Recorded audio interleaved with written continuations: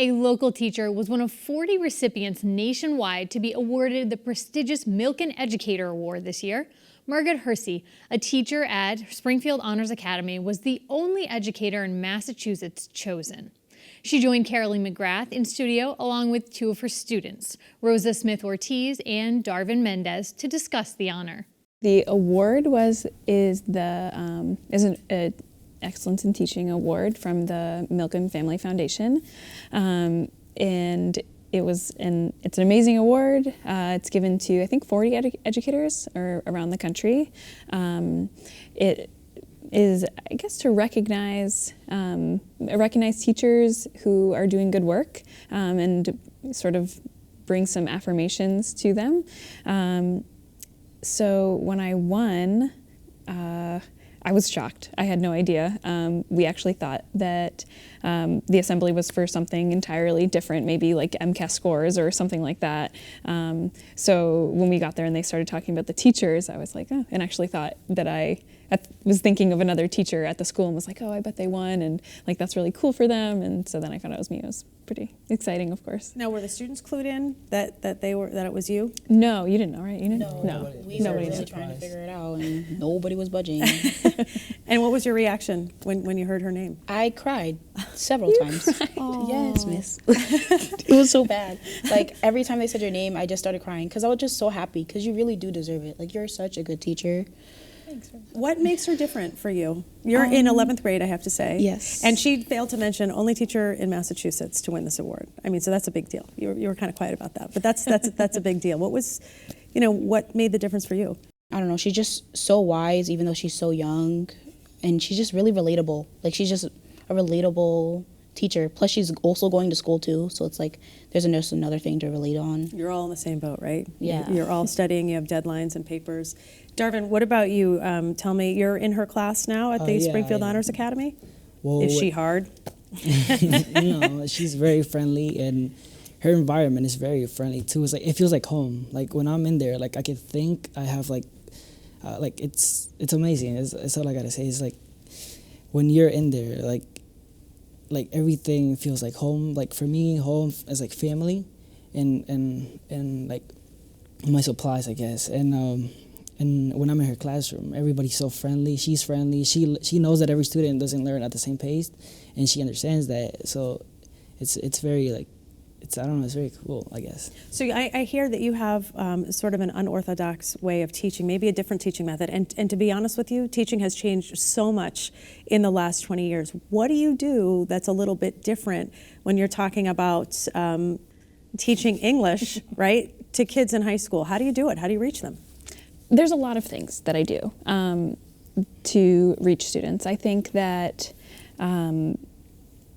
one of the first things is that very early on at the beginning of the year, we spend a lot of time building community in the room and making it feel like it's a space, kind of like they mentioned, that everybody is sort of on a level playing field. But then it's about introducing learning opportunities that are not only engaging for students, but also like not only engaging in the sense that like they have an opportunity to like do activities that are outside of the box, but also in terms of the actual texts and things like that we bring into the class.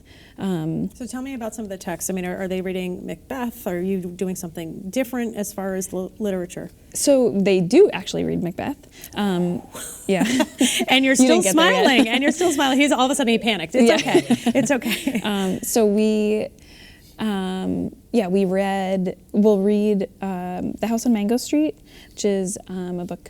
Sandra Cisneros is the author, the Mexican-American author. And we read, what comes next? We read Aristotle and Dante, Discover the Secrets of the Universe, which is a young adult text.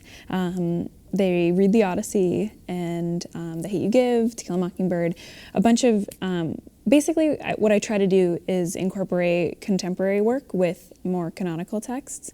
And when we do read those canonical classical works, we try to look at it from a critical lens and consider, like, what does it mean that these texts have been the ones that we've continued to read for generations and generations, and what is it maybe that's missing from them, what we hope maybe they had more of, or thinking about it in that sense instead of just saying, like, this is the most perfect text that's ever been written. Right. And what do you think that you have taken away from that English class? So you started with her as a freshman. Now you're in 11th grade. Do you feel like you're a more confident writer? Are you, more interested in different literature now as you mature? I feel like since I've had her, I have definitely, I'm very confident about my writing just because she likes us to write a lot in her class. Did she do a lot of red marks? I don't know, that might be passé, but right, does she mark it up and then you have to redo it? She was very, read between the lines. There's more into this. She was very that. And I mean, it was true.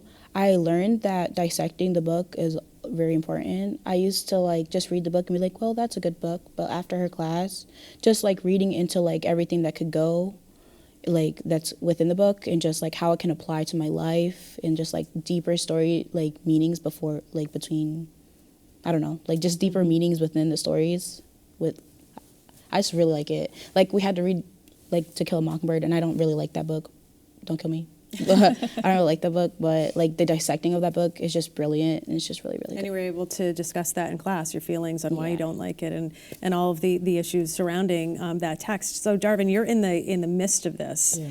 You know that Macbeth is coming. Don't worry about it. You're gonna be fine, right? But how are you? I mean, as a freshman, really, when you come into high school, you're just starting that sophistication process, right, of really learning how to dissect text and write, and that can be overwhelming.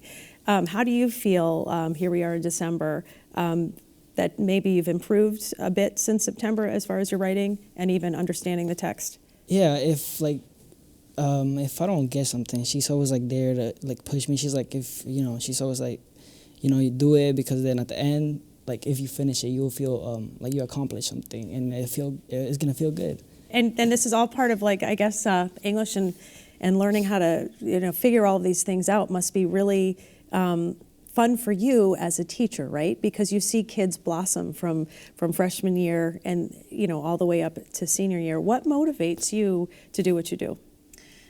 Oh, well, the very simple answer is the students, of course.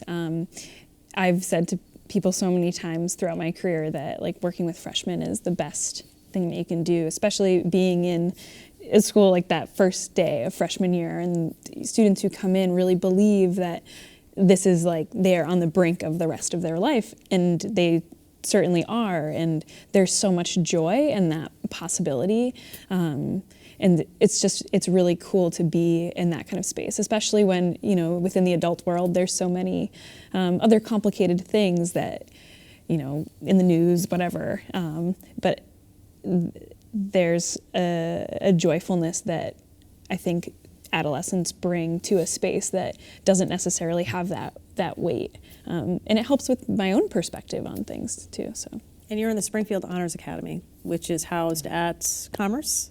Yeah. Yes. Okay. And what do you want to be when you get older?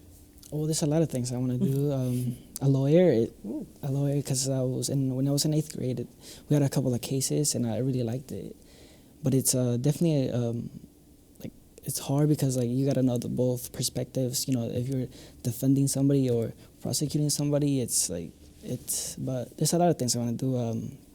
F1 driver, I want to do that, but mainly right now it's a lawyer, and I'm talking to a few people. We're gonna meet up with some lawyers soon, and hopefully I can pursue it. And certainly the things that he's learning in your class will apply to a career as an attorney as well. What about you, Rosa? Either a therapist or a journalist. You're in the right seat. That's perfect. You're in the right seat. And again, going back to that English base, all of the things that, certainly that you're teaching and the careers that these kids want to do, it's got to be gratifying for you to see, what their dreams are. Yeah, it certainly is. It's so cool when students have a clear idea. It's so cool when they don't. It's cool when they change their mind. Like I said, it's just there's so much excitement and in the possibility of whatever their futures might hold.